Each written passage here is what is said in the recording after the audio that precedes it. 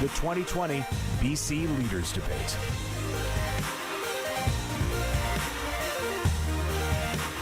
Good evening, BC. We're coming to you from the Chan Centre at the University of British Columbia for the only televised Leaders Debate of 2020. My name is Shachi Curl, and I will be your moderator for the next 90 minutes. With me, the leaders of our major political parties, Andrew Wilkinson of the BC Liberals, Sonia Furstenau of the Greens, and John Horgan of the NDP. Welcome. We thank UBC for its support in holding our debate here. Of the main themes, pandemic recovery will cover the economy, health, and long-term care. Cost of living will contain questions on housing, childcare, and transit. Environment, resource policy, and climate targets will be next, followed by social issues, racism and inclusion, homelessness, and the opioid crisis. British Columbia desperately needs a plan to lay out our economic future. We heard today from a major accounting firm that half of British Columbia households expect someone to lose their job this year. Another third can't pay their bills. So British Columbia needs a plan. And we believe that the livelihoods of British Columbians are at stake. We have to come up with that plan for the future, and the BC Liberal Party has a plan, a comprehensive plan, that it starts with getting rid of the provincial sales tax for a full year and then reducing to 3% the second year.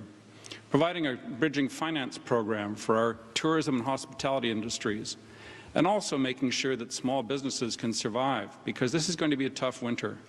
And we've got to hang together and make sure that British Columbians can see the light at the end of the tunnel. It's going to be tough, but we can do it together. We've been very clear saying that this economy is like a wartime economy. We have to invest in British Columbians. It's time to accept there are going to be deficits all around the Western world, and we've got to take the chance to borrow money at very low interest rates, which governments can do, to invest in our people, to make sure that they can survive economically for the next year or so. We need to make sure that COVID vaccine becomes available as soon as possible, and we expect there will be deficits, but we can get back to a balanced budget within about 5 years of the vaccine becoming available. This is the time to invest in ourselves, invest in our people, and make sure that British Columbians can look forward to prosperity in the future. It's not going to be easy, but when we work together, we can really make British Columbia a wonderful place. There are 5 million of us here, and we have enough skills and enough abilities and the resources behind us to make sure that British Columbia prospers into the future. Once we get through COVID, we're going to have a lot of work to do, but we will succeed when we do it together. I grappled with the decision to call an election. I looked at the challenges that we're facing as British Columbians. We're in a pandemic. We will be in a pandemic next spring and likely next fall and beyond. I looked at the challenges British Columbians were facing. Our worlds have been turned upside down. And I think the best course of action is to put the politics and the election behind us and focus on the needs of British Columbians. We have worked collaboratively, the Green Party and my caucus, to do a whole bunch of very extraordinary things in a short period of time. But it's been 3.5 years since British Columbians had their say, and I believe as we're going into the recovery phase and making sure that everyone's safe, we should ask British Columbians what they think and where they want to go. I believe it's the right time to do that so we can all be focused on British Columbians after October 26th or 24th. Well, we wanted to get it right. We put in place an economic recovery task force that involved labor, large businesses, small businesses, Indigenous groups, not-for-profits, and a whole host of others to ask them what they felt was the highest priority for the BC government. And then we asked British Columbians what they wanted to see from their leaders. Do they want us to invest in health care? Do they want us to make sure that we're bridging some businesses that were struggling, like tourism? And it took some time to get the views of the people that matter most in British Columbia, the people of BC. And then we passed every single piece of money through the legislature together and then had Treasury Board confirm that this was an appropriate expenditure of BC resources. $6 billion between budgets is quite extraordinary. It's never happened before in living memory. I think we did it right. We got the right balance. And once the money was in place and started to go out the door to businesses, to communities, and to individuals, I felt it was time to ask BC where they wanted to go and who they wanted to lead them. We have to invest now into the future that we want. If we are propping up a dying fossil fuel industry with taxpayer money, what we're going to get are more emergencies down the road. We were choking on the fires, on the smoke from the fires from Western United States for weeks on end. There is no doubt that we are in a climate emergency right now, and the last thing that we need from governments is to be doubling down on investing and propping up and subsidizing to the tune of $6 billion this industry that puts our future, our lands, our children at peril. And I say that we can put that money, we can invest into a clean energy future that will create jobs and opportunities in every part of this province. Right now is the time for us to be supporting those small businesses, to be getting the grant money out to the tourism operators who are wondering if they're going to make it through this winter. Right now, we should be doing that, not standing on this stage, not in an election campaign. But we also have to be aware that every choice we make right now determines our future. And for so many decades, governments have known in this province, across Canada, and around the world that we need to transform our economy. It's not a matter of making a choice. It's a matter of responsibility that we have to future generations, to our own children, who are looking to us, gathering in the streets, 100,000 youth in Vancouver gathering to listen to Greta Thunberg tell us the adults haven't lived up to their end of the deal.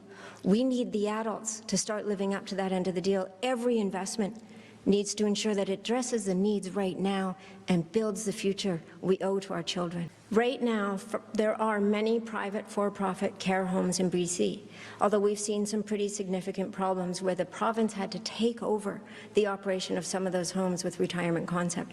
What we are proposing is to recognize that any private for-profit care home that is getting government funding, that we know exactly how they're spending that money, that there is complete transparency and accountability, that is going towards care hours for seniors, because what we've seen is that they under-deliver in care hours. What we need to move to is a not-for-profit care home system, long-term care system in British Columbia, because seniors are not a commodity. Seniors are people that deserve our dignity and respect and care, and we want to ensure that not-for-profit, cooperative care homes are the future for this province. Thank you. Mr. Wilkinson. Well, thanks for the question, and my medical background is very helpful in this, and I've worked in long-term care facilities as a doctor. And the issue is, how do you keep the standards up? Who owns the concrete building is much less important than the care provided at the bedside. And that's why we have said it's time to invest $1 billion over 5 years into building private rooms for everybody who wants them in long-term care facilities. We've also said that the safest and most secure place for seniors is to have them in their own home as long as possible. So we're saying it's time to put forward a tax credit system that supports seniors living in the right place, usually their own home to start with, in the comfort and security of their home, which is the safest place to be during a pandemic, and have them able to get a credit for home care, for housekeeping services, for house repairs, so that seniors can live in dignity as long as they want to in their own home, and then move into a properly regulated care facility with the standards of care that I expect. Mr. Horgan. Thank you. I believe the balance in British Columbia needs to be right. Not-for-profit, run by those others that are run by the health authorities across BC, and there's a place for for-profit care. The issue is, where are we going to find the people? When we came to government, 9 in 10 care homes in British Columbia did not have the staff to meet the basic minimum standards that the former government had set for care in a day. 9 out of 10. And so that means that the 10,000 workers that were fired at the turn of the century were not able to help seniors when COVID hit. So we did 2 things. Firstly, we put in place a single site rule so that workers who were struggling to make ends meet by working in multiple locations would focus on just one. We stopped contract flipping, which is something Sonia and I talked about earlier in the year, about making sure that we were not having for-profit companies flipping contracts and driving down wages and forcing people to work in more facilities. The solution is more workers. We're going to hire 7,000 to care for our seniors. We heard last Thursday that 1/4 of the businesses in British Columbia expect to close forever within 12 months. There was an emergency relief package that all 3 parties voted in support of, but this election has blocked it. John, why would you block that package being sent out? That package is out right now, Andrew, and you know that. The tax breaks that were part of our package, the relief on GST or PST rather, for business that are investing in machinery and equipment to retain workers is going out the door in the middle of September. The tax credit for those businesses also went out the door. The programs for small businesses have criteria. They're in place. The grant applications are in play. People are asking for those grant applications. They're filling them out. Public servants, not politicians, will make the decision, and those dollars will flow as quickly as possible. And I think you know that every other province in Canada rolled out their emergency relief package in June or July. You dragged it out until 3 days before the election because you thought it would serve your interests. How can we trust you to look after our small businesses and our issues in British Columbia when you did this for purely self-serving reasons so that you could have an election to try to secure your employment for the next 4 years? What about the 150,000 people working in tourism who have no revenue this year? They looked for relief now, and what you did was effectively block it by saying you'd have a consultation process We talked that to would British go on for Columbians, the rest Andrew. of the year. Mr. Wilkinson, let Mr. Horgan respond. We talked to British Columbians, Andrew, which is what I think leaders are supposed to do. There's a litany of examples of where BC Liberals decided that they knew best, and we've been patching those holes since we were sworn in as government. The Greens and I worked together to patch many of those holes, but there's much more work to do. Of the $6 billion between budgets that we approved, $3.5 billion of it went out the door in March. The last bit was in consultation with British Columbians and businesses who wanted to know where to go. The tourism sector said, give us an advisory committee. We put it in place, and they'll decide where that money's spent. Well, exactly. There was an advisory committee on the emergency relief package. They put out their reports in July, and you stalled and stalled, and now those tourism operators have nothing until next year because you chose to leave them out in the breeze. We put in place, That's not leadership, John. We put That's in place self-interest. We put in and your place self-interest. Mr. Wilkinson, let Mr. Horgan We respond. put in place opportunities for grants. You wanted to give them lines of credit. When you don't have any money, asking to borrow more is not the right answer. We're putting grants in place. It's the right way to go, and that's what tourism asked for. All right. And it goes back to health care and long-term care. 9 out of 10 care homes not having a sufficient staff to do the job. The BC Liberals put a big hole in the budget in 2001 by giving tax breaks to the wealthiest, firing 10,000 people. Looking back on that now, was that the right choice to make? You know, when I became involved in the BC Civil Service in 2001, the health budget was $8 billion. It's now $23 billion, and that growth happened under the BC Liberals. We built 14 hospitals, whereas in their 13 years in office out of the last 30, the NDP have built no hospitals at all. Nonsense. We're devoted to health care, and I, as a physician, am completely devoted to the idea of having high-quality health care for everyone in British Columbia, and I'll never be ashamed to say so.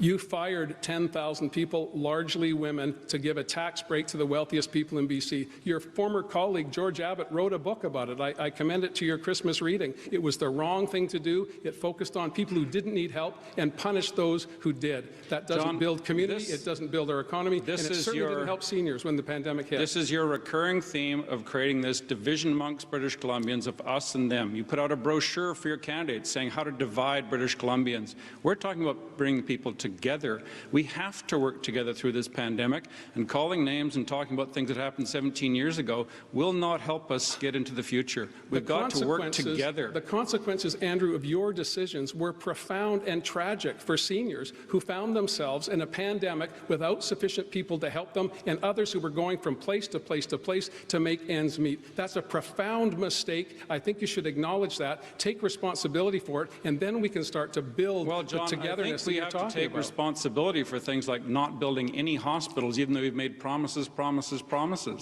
You've said the South Surrey Hospital would open multiple times. Nothing's ever happened. You sold the land, man. We bought the land to build the hospital, and you sold it. Nothing's ever happened. Mr. Horgan. The NDP have not built a single hospital in their 13 years in power out of the last 30. We built 14, and we're proud of it because we invest in health care. We had to catch up with the NDP failure in the medical school. You shrank it from 160 to 120 places. Gentlemen, that is time. To John, I will say, you know, you've thrown us into this unnecessary election. You've put people into a place of unease at a time when we're facing this global pandemic. And you're campaigning in different ridings, indicating that infrastructure that you have promised could be at risk with the outcome of this election. I don't think it's a time to put more fear into people's hearts when we need to be assuring them that we're here for them. Ms. Furstenau, that's your time. Thank you. Well, thank you, Sonia, for the question. And I did grapple with the decision to call the election, but I did so because I believe we need to put the politics behind us. What we're seeing this evening is opportunities for British Columbians to hear from myself, Sonia, and Andrew on what their vision is for British Columbia. How are they going to solve the challenges we face because of COVID-19?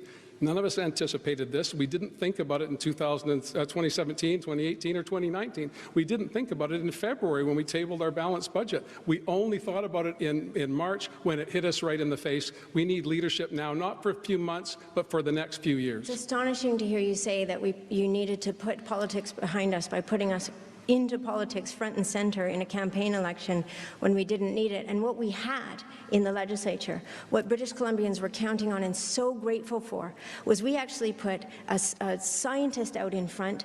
We put politics behind us. All three parties indicated and acted on ensuring that we were putting people first. We were putting the needs that people had to have met in a global pandemic first.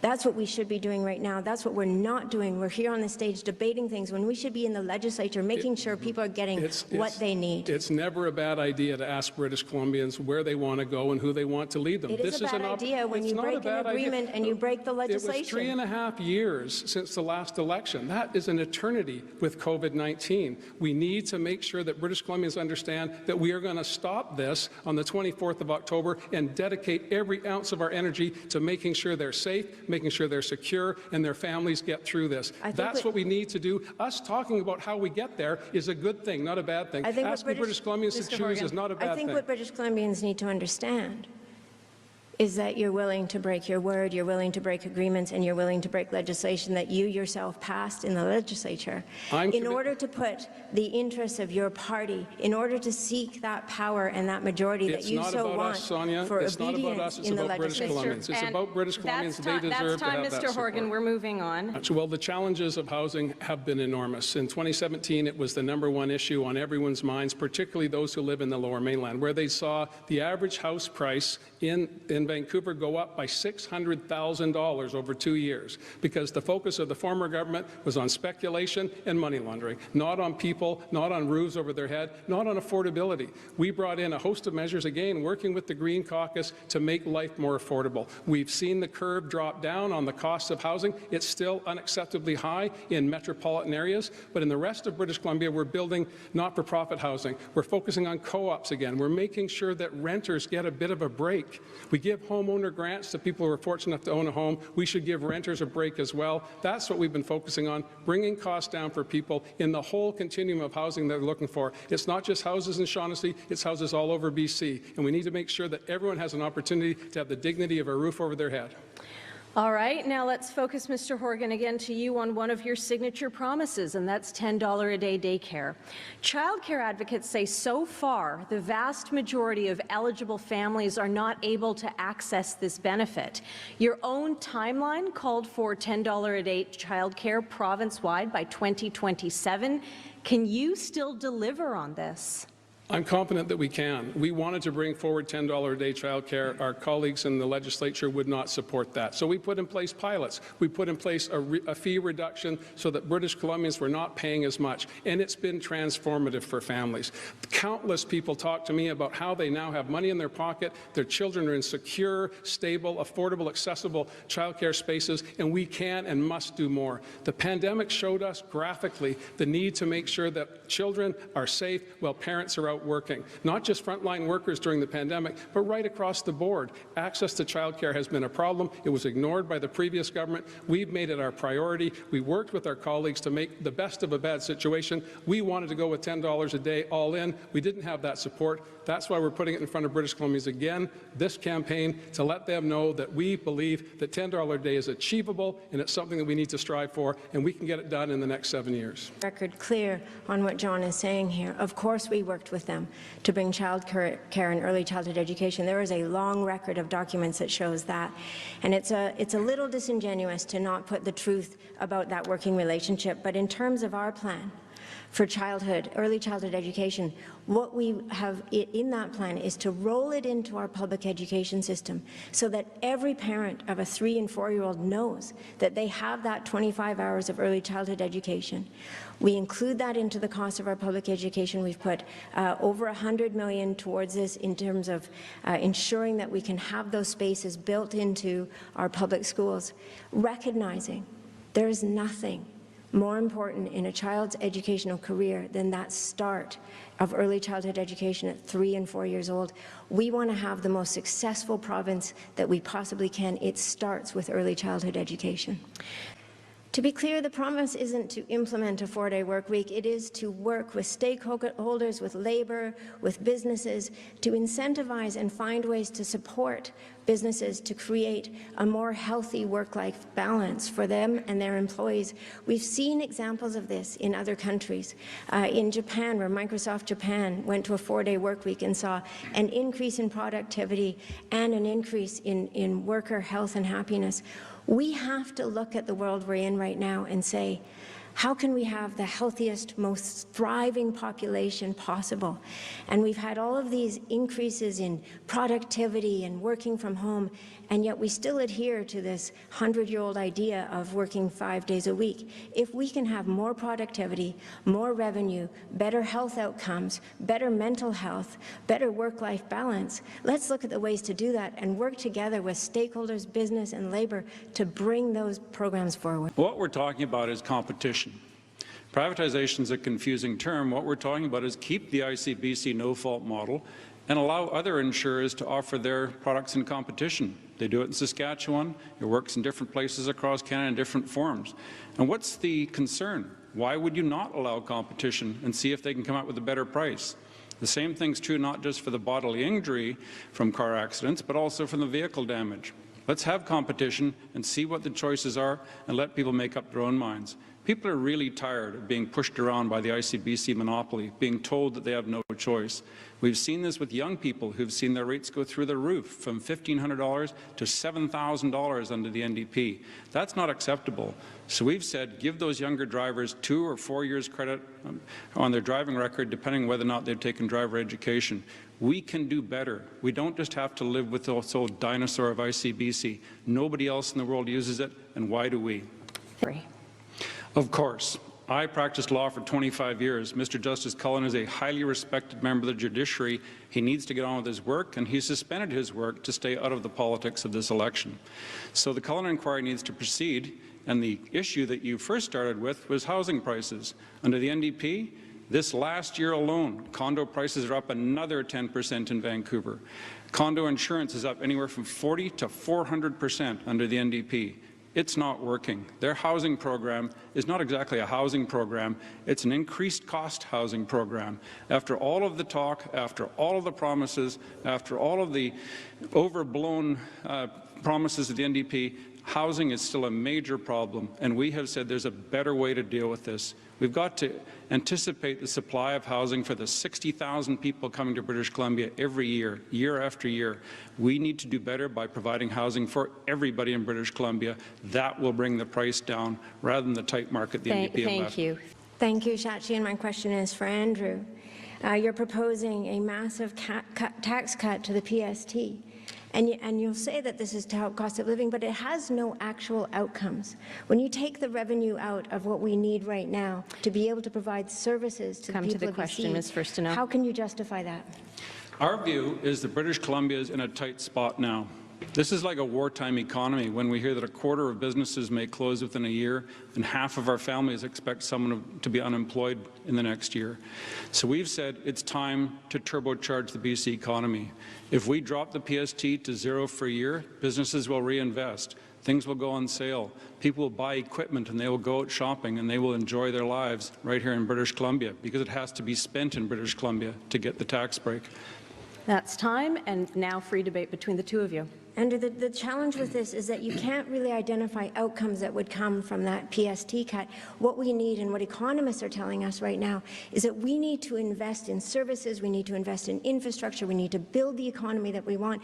Taking that $6 or $7 billion hole in revenue can really undermine government's ability. In addition to your platform, which seems to have a pretty massive deficit attached to it, why would you want to put more deficit into the government's coffers right now when we need to be investing every penny into the future that we want to build? And your point is right. We need to be investing every penny we've got. Governments can borrow money very cheaply these days. That's why we need to build infrastructure, to create employment, to get people going and building British Columbia. And we're talking about investment that the BC Business Council said was one of their highest priorities. When they advised John Horgan in the summertime, he ignored their advice. They said cut the PST in half for 2 years. We said let's cut it fully for a year because this pandemic is not going away quickly. We've got to boost the economy, and that's a very good way to do it, according to the economists. We've seen the results that happen in the early 2000s when there's a 25% tax cut across the board. We saw cuts in services. We see the results of that right now, 20 years down the road, when people are suffering from mental health issues, from housing and homelessness. This is what is the outcome of those kinds of tax cuts. And I have said there will be no cuts to government services under a BC Liberal government. We've got to keep the budget going because those people sleeping in the park near my house Thank you, need a Mr. home. Will. Well, coming back to housing, we've learned that condominium prices have gone up by 10% in the last year in Vancouver. House prices are up 5%. Condo insurance up as much as 400%. You promised British Columbians affordable housing.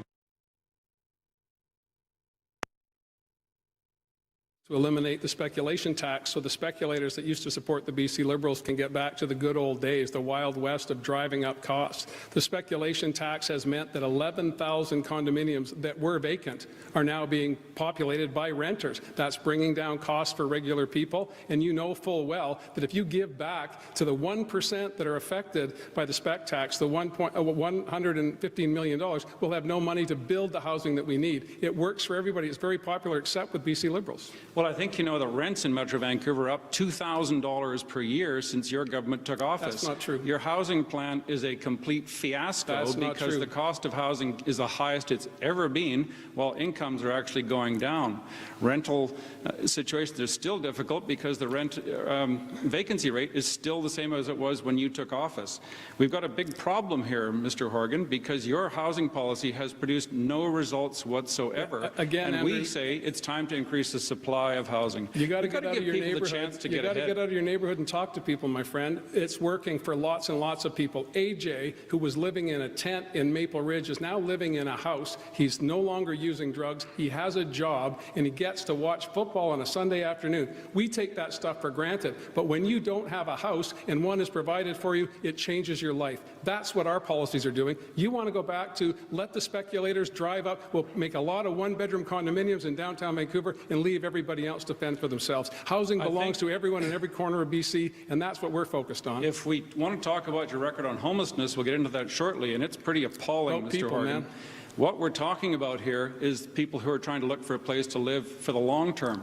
Renters can't find anything. The rents have gone up under your watch, and similarly, the cost of housing, someone interested in buying, it's almost like you the didn't cost think is the up world existed 10%. before 2017. I know the truth hurts, 17 John, but years. you have to admit the 17 truth And at some that's point. time. With the BC Liberals and did not support us doing away with tolls in the Lower Mainland. You tried to block, in fact, you did block a hydro bill this summer that would have brought down hydro rates for people, and you do not support our COVID benefit of $1,000. If we're not going to help people with affordability in the pandemic, when would we?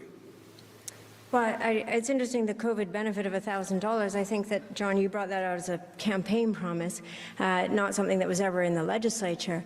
The tolls on the bridges, the BC Hydro decisions, these are like short-term decisions. We need to be making long-term decisions in this province that get us to a place of resiliency, that recognize that we have to have ways of getting people around, mobility, that doesn't rely on single-passenger vehicles. We saw an uptick in traffic after those tolls were taken off, and you used it as an excuse to go ahead with Site C because of the deficit that it created in the budget. We eliminated the tolls, and that took pressure off the other congestion points in the Lower Mainland and allowed people to use modern infrastructure that they shouldn't have to pay for, just like other infrastructure in British Columbia. It's built for all of us. It should be out of our tax base. That's our position. That's our value. With respect to short-term solutions for people who are struggling, of course that's what we need to do, especially in a pandemic. And driving down hydro rates is a way to do that. Under the BC Liberals, it was an instant teller machine. They just kept pulling money out. Let's talk about the impact that Site C is going to have on hydro rates in the future. And let's recognize that you're also talking about undermining the resiliency and the local energy production of First Nations. They had invested their money in the past. This was a bill that was going to wipe out their economic interests. Every single project that was approved went ahead. Every single project. To Mr. Horgan. Continue. Billions of dollars in surplus energy because of the choices of the BC Liberals with private power production is why we're in the mess we're in. Every Indigenous program that was on the books is going ahead. We put a stop to just giving money to developers so that we could focus on core competency at hydro and bringing costs down for people. That's what we need to do. John, I'm not sure who you were talking to, but that was certainly not what we were hearing from First Nations and Indigenous communities around the province or from Union of BC Indian Chiefs or First Nations Leadership Council. This was your first chance to do a bill with the lens of UNDRIP, and you didn't do it. You have 1 minute. Thank you. And when we passed the Declaration on Rights of Indigenous Peoples Act, it was to start a new relationship, a new chapter of reconciliation in this province. That chapter is going to be very long. We have to keep working towards more and more reconciliation, recognizing that decisions have been made about First Nations peoples and their territories for hundreds of years in this country, not taking into account the impacts it has on them or on their well-being. We have unbelievable and unacceptable rates of poverty amongst First Nations and Indigenous peoples, and we have to work in a government-to-government relationship to ensure that we are investing in a future that is sustainable and healthy for all of them, as well as a future that is sustainable and healthy for every British Columbian. It can't just be words. It has to be action. It can't be the same old of say one thing and do another. Thank you. And to you, Mr. Wilkinson. Well, I think we've got a bright future in British Columbia if we engage all of the people in all the decisions. It's very important to be able to move ahead with natural resource projects, and those get reconciled by negotiation. And in so many circumstances, we have First Nations who are very, very keen on resource development in their communities as a chance to get ahead. We have to have the right resource benefits agreements. We have to have the right resource income sharing agreements in place, and we have to work with First Nations whenever possible. Sometimes conflicts arise because of linear projects that go through many different territories. The right place to resolve those is in the courts. It's the orderly, peaceful way to do things, because blockades simply don't work. It just gets in everyone's way and causes tension and unhappiness. We have to look at a British Columbia where everybody's invested in our future so they all can benefit, whether it's from solar power, whether it's from wind power, whether it's from liquid natural gas. Indigenous-led projects are going to be part of the future for British Columbia, and John Horgan did his best to cancel them. Thank you. Thank you, Mr. Wilkinson. And now to you, Mr. Horgan. 1 minute to answer. Would you like a repeat of the question? Or No, you I got it. I'm okay. good. Thanks, Sachi. I am very proud to have been the Premier that introduced the UN Declaration on the Rights of Indigenous People in our legislature. I'm equally proud that my two colleagues on the stage tonight unanimously supported it. We did that, as Sonia said, to try and erase a stain of 150 years of colonialism on land that the Supreme Court of Canada has said is rights and title existing for nations right across this province. The Musqueam territory we're on today is unceded. The challenges of keeping our economy going when we're just starting to reconcile after 150 years of occupation is daunting. But I agree with Andrew, this will shock everybody, but I agree with him that we need to make sure that everyone dials into the projects that need to go forward.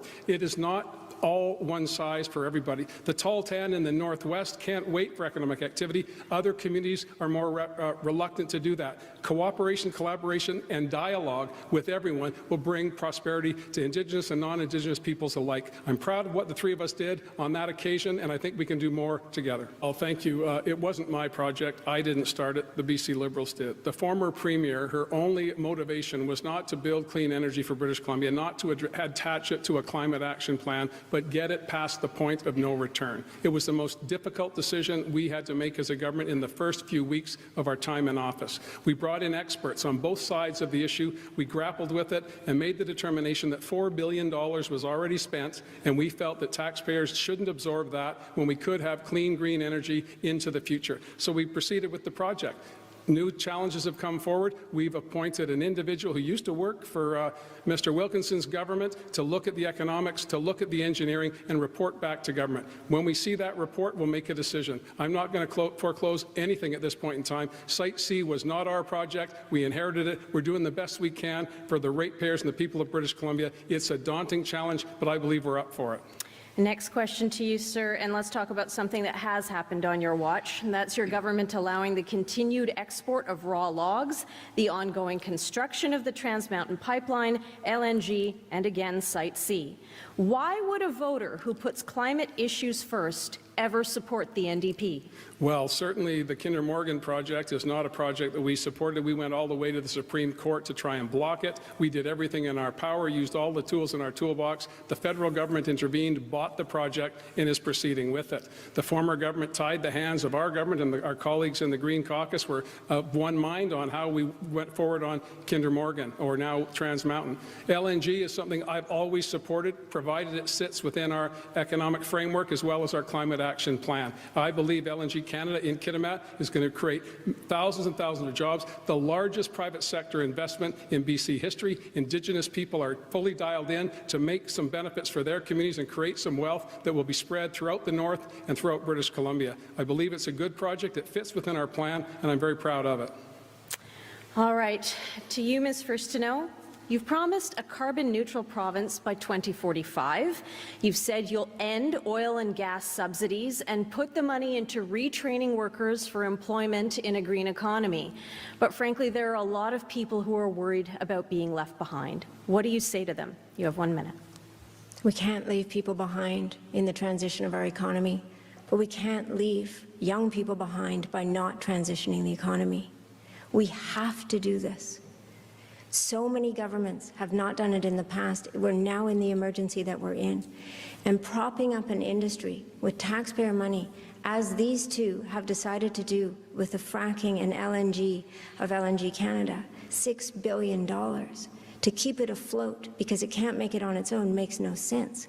But if we were building a clean economy with renewable energy, instead of going ahead with Site C, which is to provide subsidized electricity to fracking, we could have invested that money into green, clean energy projects in every region of this province and have those family-sustaining jobs in every part of BC. Instead, all the poker chips on LNG and fracking and the largest point source emission project in Canada. Thank you. Your next question. Your caucus opposed the NDP moving forward on big fossil fuel projects, but you continued to support the Horgan government. You were a part of that caucus, Ms. Furstenau. Did the Greens abandon their principles in pursuit of power? You know, people talk about balance of power. We always talked about balance of responsibility, and the responsibility that we had not just to bring things around on one issue. We have to serve everybody in British Columbia, and right now people need us to be focusing on their needs. This is the hardest winter that people and businesses, tourism operators are going to face, and we should be serving them. That is the approach that we took these last 3.5 years. Yes, we should not be moving forward with these projects. We voted against the LNG tax bill 14 times. It was Andrew and the BC Liberals that collaborated with the NDP to pass that bill, not us. We voted against it. And we also supported all of the measures focusing on housing, focusing on social services, focusing on ensuring in this last year that people are getting the support and the help they need from government. That's what we need to do. Thank you. To you, Mr. Wilkinson, your first question. The BC Liberals under Gordon Campbell made history by implementing a carbon tax. The BC Liberals under Christy Clark froze long-planned increases to that tax. If elected, what will your BC Liberals do with a currently scheduled 10% increase to this tax? You have 1 minute. The carbon tax was brought in as an innovative measure to address climate change. And we have ended up with the most fuel-efficient vehicle fleet in Canada as a result. It's been plateaued at certain periods when the federal government got involved because we couldn't be out of step with the federal government. But in terms of climate change, British Columbia's got a real opportunity. In spite of John Horgan wanting to import dirty American power and shut down Aboriginal-operated power projects in British Columbia this summer, which was voted against by the other two parties and never went anywhere, we've said we can make British Columbia a clean energy powerhouse once again. We can do wind and solar. We know that oil is going to be phased out in the next 30 years or so, so let's make British Columbia the powerhouse it should be, and that's possible because we are so good at what we do in electrical power. We also need electric charging stations for vehicles around the province so that we can make transportation cleaner and greener. This is our plan to make British Columbia the clean energy powerhouse it should be. That's time, Mr. Wilkinson. It wasn't a clear answer to the question. Would you like 10 seconds to answer it again? The carbon tax has to be in synchronization with the federal carbon program. We all know that, and it will move ahead incrementally in concert with the federal government. All right. You have said, if elected, that you would stop Trans Mountain protesters who are protesting the pipeline. But Section 2 of the Canadian Charter of Rights guarantees freedom of expression and association. So how, then, do you propose to stop these protests? Well, the courts in Canada are very accustomed to dealing with these kinds of things. We see it regularly across Canada. And what we have to do is say that these disputes have to be resolved in the courts, not by blocking railway tracks, not by blocking the West Coast Express and leaving 5,000 people stranded so they can't get home for dinner and pick up their kids from daycare. We need an orderly way of dealing with these things. Protest is completely legitimate, but the courts have made it very clear that protest has to be within reasonable limits, and their tolerance can be tested at times where they will actually impose criminal contempt charges upon these individuals. It's fair enough to protest. It's a very valid thing, and here on this university campus it happens all the time. But it's got to be respectful. It cannot be destructive, it cannot be disrespectful, and it needs to be resolved in the courts, not on the railway tracks of British Columbia. Andrew Weaver and the Green Caucus and I worked on the most progressive climate action plan in North America. Clean BC is leading the way everywhere on this continent. You stopped caring about climate change about 2011. What can you say to British Columbians about whether you would pick up where Sonia and I left off? Well, let's be clear. Clean BC is a bit of a sham. Greenhouse gases have gone up regularly each year under the NDP. Nothing has been accomplished. And at the same time, the Clean BC plan doesn't even have funding allocated to it for 25% of the targets. So your Clean BC plan is a giant hot air balloon with not much in it, Mr. Horgan. We have to have a real plan that will actually work with the federal government to make sure we're addressing climate change. And that's why I say British Columbia should be a clean energy powerhouse so we can electrify our transportation. Clean BC is a continent-leading plan that the Greens and the NDP worked on together. It is trend-setting for the rest of Canada. Mr. Wilkinson's plan about being an energy powerhouse involves making sure that developer friends got power purchase agreements to drive up costs for hydro users. That's not a plan to create a clean economy. That's a plan to create money for speculators and your wealthy friends. We need a plan that works for everybody. Do we need charging stations around BC? Yes, we do. We have more than any other jurisdiction in North America, and we need to keep building on that. John, you need to tell the truth. We're in a pandemic. People are in crisis. It's like when you have a very ill patient in the hospital, you tell them the truth. And when you say that Clean BC is continent leading, it's a sham. Nonsense. We all know it's a sham. Nonsense. Greenhouse gas emissions have gone up every year on your watch, and the plan isn't even properly funded. So we need to do something real in British Columbia, not do the blame game that John Horgan constantly plays, looking for a snake under every rock. There's always someone to blame. We need to actually work for British Columbians and get things done because we're in a pandemic and we require an economy that will build us into the future. The Green Caucus and the NDP brought forward the plan. It is funded. We're continuing to work on it. We're funding more spaces in our universities for science, math, engineering, and technology so that we can have our younger people unlock the challenges of the future. That's how you build a plan that works. You drove up tuition fees. You did away with grants for kids going to school. You're not building a BC. You're shutting it down for your friends to make more money. Thank you, Shachi. And the question is around old growth. We have precious little old growth left in British Columbia, and under your government, the logging of old growth continued at the same rate as it did under the previous government.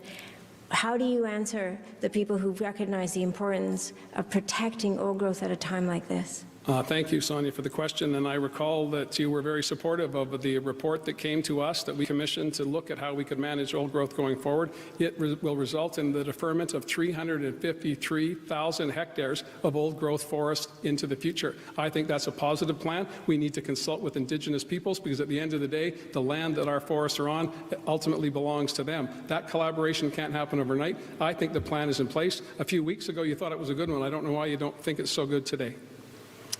Well, that plan, I would say, is in place because we pushed for action on old growth. We were the only voices in the BC legislature raising it.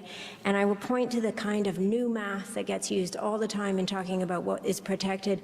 It often includes scrubby, subalpine trees, not the deep river valley bottoms of old growth that we all consider to be that iconic, and the responsibility that we have as a province to protect some of the last old growth in the world. This is so important. Your government has shown that they're not interested in protecting old growth, and it's going to go. I just disagree with you, Sonia. We put in place experts to come back and tell us where we should go, and we're implementing that plan. That's what responsible governments do. I live on Vancouver Island just like you. My constituency includes some of the most spectacular old growth in the province, as does yours. I understand the value of that to British Columbians long term, and that's why we've got a plan in place that involves Indigenous peoples, industry, workers, and people who are passionate about the environment. That's how you make progress. We've been doing that for 3.5 years. I believe we can continue to do that into the future. I believe we could be doing that right now, actually. We didn't need to be in this election. But I also believe that I've seen reports about 4 out of 5 regions in British Columbia are not only logging old growth unsustainably, but logging all forests unsustainably, exceeding what the government levels of sustainability are, and cutting down way more trees than we can afford in this province. We need sustainable forestry in this. Thank you. And Sonia, your party made John Horgan Premier. He broke his deal with you 3 weeks ago. He broke his own law on fixed election dates. He called this election for purely selfish reasons. Can John Horgan be trusted on the environment or anything for that matter? Thank you, Andrew, for the question. And I think that what we need right now, more than ever, we're in a global pandemic, is we need people to be able to recognize that when people are elected, when we are elected to office, that we put aside partisanship and we put our duty to service above all.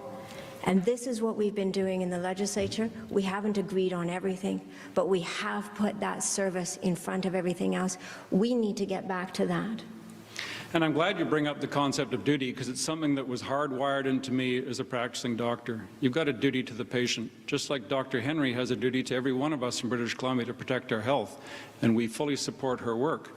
And so this issue of duty comes up, and we look to Mr. Horgan and say, where did your duties lie when you called this election 3 weeks ago for no reason other than to protect your own job security?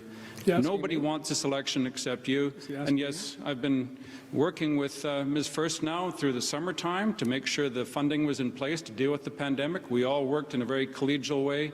I said back in March, we need to fight the virus, not each other. And Ms. First now and I proceeded on that basis. So where do you think we can go in British Columbia with a Premier like this who breaks all the rules after people have agreed to act in a trusting manner to serve the people of British Columbia? More than any other time, I think in any of our lifetimes, we have overlapping emergencies. What I would like to see is for all of us to agree that we have to treat these emergencies the way we treated COVID-19, where we said this is above partisanship. We have to put the health and well-being of people first. We should be doing that with the opioid and overdose crisis. We should be doing that with the housing and homelessness crisis. We should be doing that to ensure that we have sustainable transportation that's accessible and affordable for everybody in this province. We should be making sure that teachers feel safe in their classrooms. We should all be rising above partisanship in a time like this. This is a very important question for all of us to look into ourselves to answer. I came from Alberta as a young doctor, started work at St. Paul's Hospital, and met people from parts of the world I'd never come across before. I had to get used to the idea that it wasn't all like Southern Alberta, that there's a more complex world out there. I then worked in Indigenous communities, Dease Lake, Lillooet, Campbell River, dealing with a lot of Indigenous people as patients. Got to know them, got to know their way of life, and I believe there's a young, maybe not so young man in Lillooet now who was named after me when I delivered that baby from his mother. And so that's the kind of experience that humanizes it for you and makes you realize we are all equal. We all have to feel like we belong here, that we're citizens, and we'll be respected in British Columbia. And to my mind, that's one of the highest duties of government, is to make sure that every single person in this province feels that they are equally engaged and involved. And when I hear John Horgan talking about us and them, good and bad, friends and enemies, it's actually kind of sad to see a leadership figure like Mr. Horgan degrade himself by going to dividing communities rather than uniting them. I believe that everybody in British Columbia needs to be treated equally, respectfully, and that's our duty in government. Mr. Horgan, to you. Well, thank you, Sachi. And I grew up in southern Vancouver Island. I was a lacrosse player. I played with Indigenous friends. I played with South Asian friends. For me, I did not see color. I felt that everyone around me was the same. And I brought that through my entire adult life, and I've instilled that in my children. And this generation and the generation after continues to see everyone equally. Gays, lesbians, people of color, regardless of who you are, people need to be included. I think it's a bit rich for Mr. Wilkinson to be talking about inclusion to me and casting aspersions on my character. What I've tried to focus on since I had the opportunity to represent people in my community is to bring people together, to unite people, to recognize that we are all in this. Regardless of our background, regardless of our orientation, we all need each other to help out. I believe that what we need to do is tell the stories of our diversity. That's why we've established a Chinese-Canadian Museum, so that the 150 years of participation in our culture and our Sir, with the 15 seconds left, this is a question about your own personal reflection. And I'm saying to you that we need to tell the stories about who we are as British Columbians. That's what I grew up learning, and that's what I want to do as the leader of the government. I think that's critically important, that you lead by example based on what you believe. I haven't seen that from Mr. Wilkinson in the past week. And that is time, Mr. Horgan. And we go to you, Ms. Firstenow. I'll repeat the question. How have you personally reckoned with your own privilege and an unconscious bias as a white political leader? I think the moment for me that really hit it home was imagining being a mother and saying to my child, if you're approached by a policeman, don't do anything, just put your hands up. I can't imagine being a mother and imagining that my child, my son, might die because of the color of his skin. We aren't all equal. I wish we were, but we're not. In this province, in this country, and around the world, people who are black, people who are of color, are still experiencing systemic and personal racism on a daily basis. The three of us cannot reckon what that's like because we are white. But we have to, in our roles, work to end that systemic racism and work to ensure that all mothers can let their children go out and not be worried that they're going to be killed. It's something we absolutely need to look at and work on, and it connects right to the question that you just asked. We're going to make better decisions as a province. We're going to make better decisions as legislators and decision makers when the people making the decisions bring all perspectives to the table. We have increased our diversity in this election campaign, despite it being a SNAP campaign, but we have a long way to go, and I'm committed to that. We need more people of color, we need more diversity, and we need to have that because it's how we're going to make better decisions. It is about perspective. When you haven't experienced how it is to be young or female or black or Indigenous, and you're trying to make decisions that impact those communities, you cannot understand it fully. So we need those people, we need that diversity so that we're making decisions that reflect what needs to happen in this province. Thank you. Your follow-up question. You have one of the highest rates of First Nations youth in your Vancouver Island riding, youth who are in care. Your MLA office has advocated for many young Indigenous mothers facing removal, apprehension of their babies by the provincial government. Why have you become so personally involved in these cases? We are still removing Indigenous children from their families at the same rate as during the residential school era. And the mothers and the parents that we see in our office are devoted and loving. Most of the removals that happen in this province, over 70%, are because of a subjective idea of neglect, which really means poverty.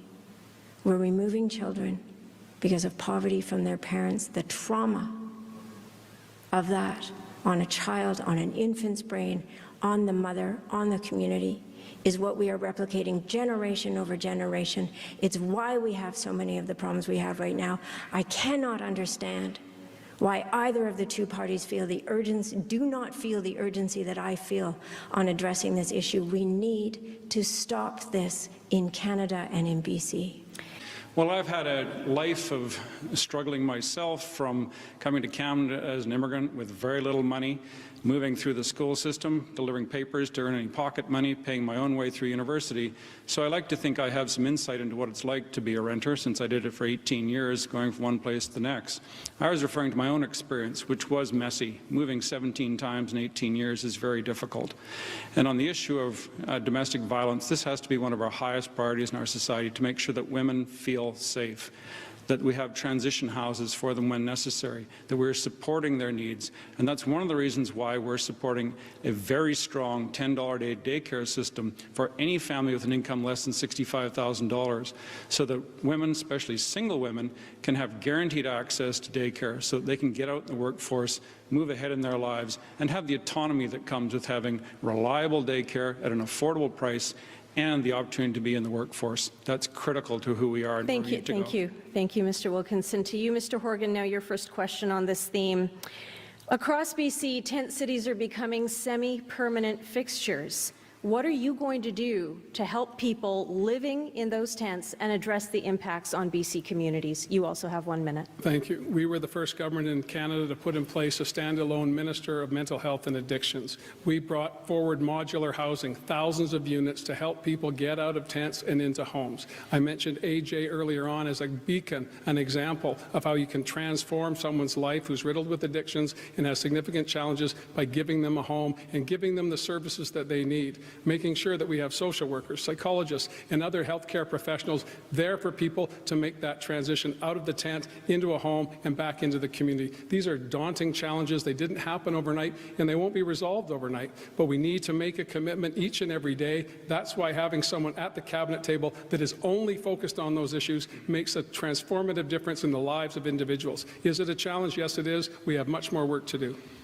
Thank you, Mr. Horgan. Your next question. 5,000 people have died since the opioid crisis was declared a public health emergency in 2016. Dr. Bonnie Henry has long called for nurses to be able to prescribe pharmaceuticals as an alternative to toxic street drugs. And yet, it took until this pandemic for you to adopt her recommendations. Why so long?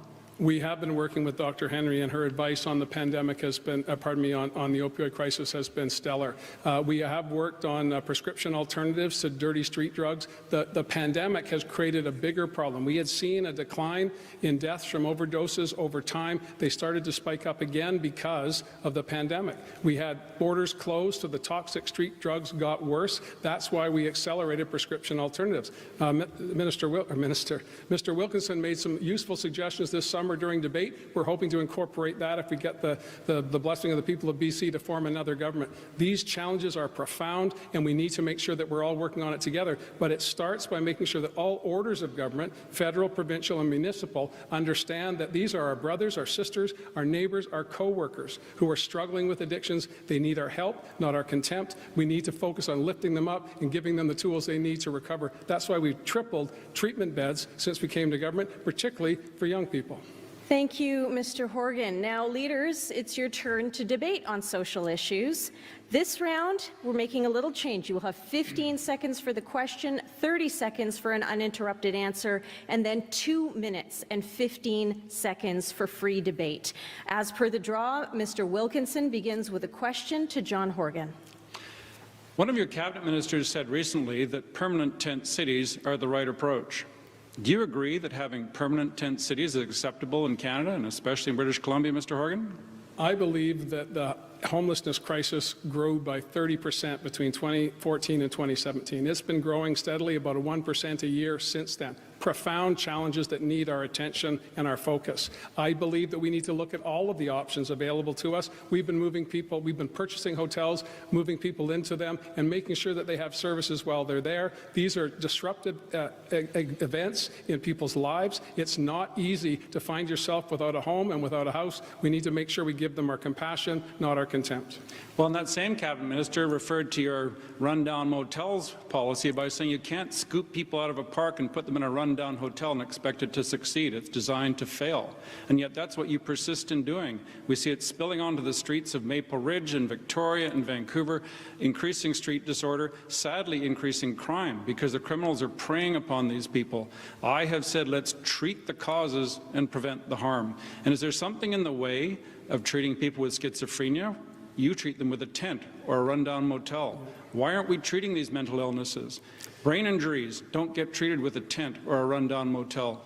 So, Mr. Horgan, I'd challenge you by saying that your policy has been a colossal failure and it's causing street disorder in towns all over British Columbia that nobody sees any end to until we have an implemented program like I've talked about of getting psychiatric nurses working with the police and increasing the number of police officers to fill the 200 vacancies that you left so that we now have crime rates rapidly rising in Vancouver, Maple Ridge, Mr. and Wilkinson, Victoria. let him respond.